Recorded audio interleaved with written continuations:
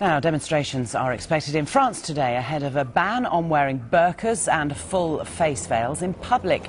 Under the controversial legislation, anyone caught wearing the Islamic covering will be fined €150 when the ban comes into force tomorrow.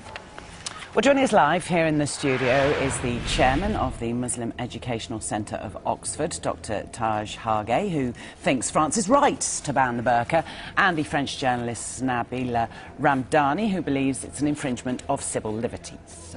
Afternoon to you both.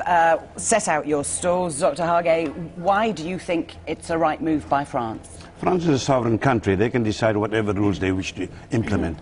And we as a Muslim organization in Britain, we welcome it because the burqa, the niqab, the face veil, we're not talking about the headscarf here, the face veil, we think there are several compelling reasons why it shouldn't be encouraged. Firstly, it's not in the Quran whatsoever. The word burqa, niqab is foreign, it doesn't exist in the Quran. It's also disempowering to women, makes them invisible in the public sphere, and it is discriminating to me as a man, because a woman can in this country at least, go fully face masked, and I couldn't. Also, the face veil, the burqa, the niqab, is a barrier to communication and social cohesion.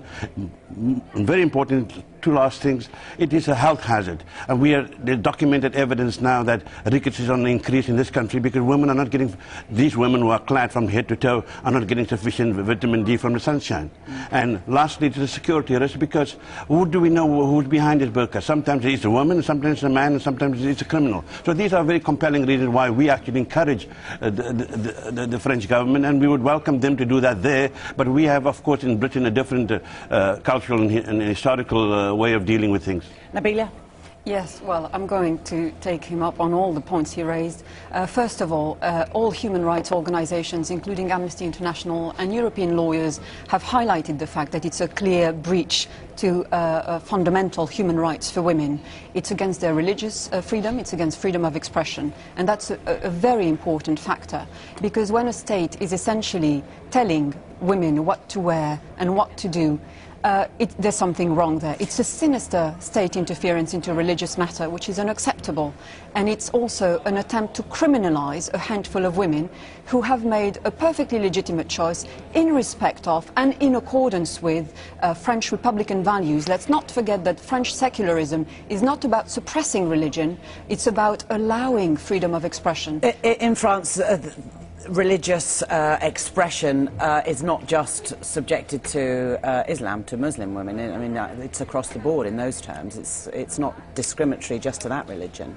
Very much so, and that's why I disagree very strongly with the Imam when he says that he frames it into a theological debate. But with all due respect, it has nothing to do with theology. No, it has everything to do with the law. Well, but it does have to do with theology, because everything to do with it. Because if I mean, because this is not a cultural thing.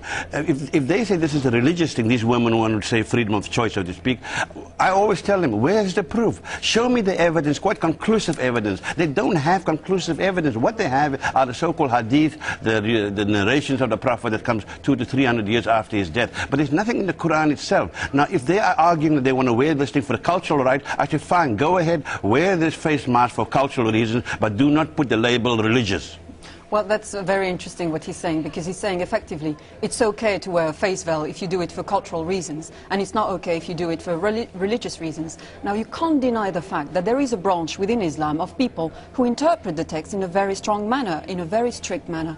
And so these women refer to that interpretation of the text. But let's go to the wider point of that. These women, you said, refer to that. It's not in many countries. Absolutely. Not necessarily France, not necessarily Britain, but in some countries where... In Saudi Arabia and Taliban land and places like those. It's not the those. women that choose to wear these veils. Well, our guest was talking about empowering women. Surely, if France wants to differentiate itself from countries like Saudi Arabia and indeed Afghanistan, it should allow women to empower themselves and make autonomous choices for themselves to wear what they want. The face mask is not empowering. And if France claims to, ban that kind of wearing, then surely it's just like Saudi Arabia, because it's imposing on women the face mask is not empowering women. It is disempowering women. I would disagree it makes them with invisible and isolated in society. You see, I've read very many articles, seen interviews with women in France, and I know there's only a very small number in France who will be affected by this ban, but they say, I want to wear it. My husband has never told me to wear it. It is my choice. It is my understanding of the readings I have of my religion. And why should I not have the right to wear this when another woman, a French national, a Christian, can wear a bikini and walk down the street? That's a very good point. But the point when they say that from their readings, it's all by male theologians. There's no female theologians come up with this. In fact, from my knowledge of Islamic theology, there's no prominent female theologians, classical and contemporary, that say, listen, it's good to have face masking. You know, it's very disingenuous for these people to talk about human rights, civil rights, and so forth. Because, for example, these same women, none of them will say, listen, it's fine for women in Bahrain or in Saudi Arabia to wear miniskirt. They want to have civil rights in the West, but they will not give civil rights in the East.